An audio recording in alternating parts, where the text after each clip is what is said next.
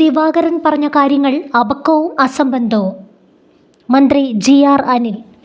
മുഖ്യമന്ത്രി പിണറായി വിജയനെക്കുറിച്ച് മുതിർന്ന CPI നേതാവ് ദിവാകരൻ പറഞ്ഞ കാര്യങ്ങൾ അസംബന്ധവും അബദ്ധവുമാണെന്ന് ഭക്ഷ്യമന്ത്രി GR അനിൽ.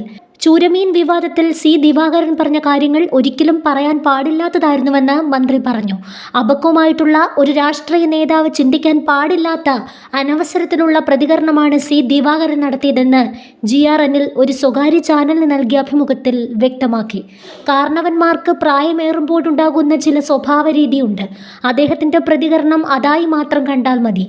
അതിനപ്പുറം വലിയ പ്രാധാന്യം കൊടുക്കേണ്ട വിഷയമില്ല.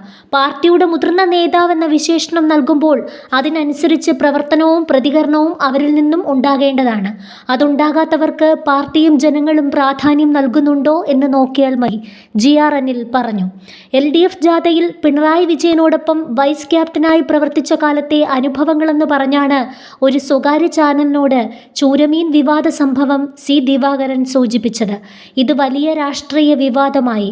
ജാഥയ്ക്കിടെ ഒരിക്കൽ ആനത്തലവട്ടം ആനന്ദൻ്റെ വീട്ടിൽ ഭക്ഷണം കഴിക്കാനെത്തിയപ്പോൾ മീൻകറി കണ്ട് ഇത് ഏതാണെന്ന് മുഖ്യമന്ത്രി ചോദിച്ചു.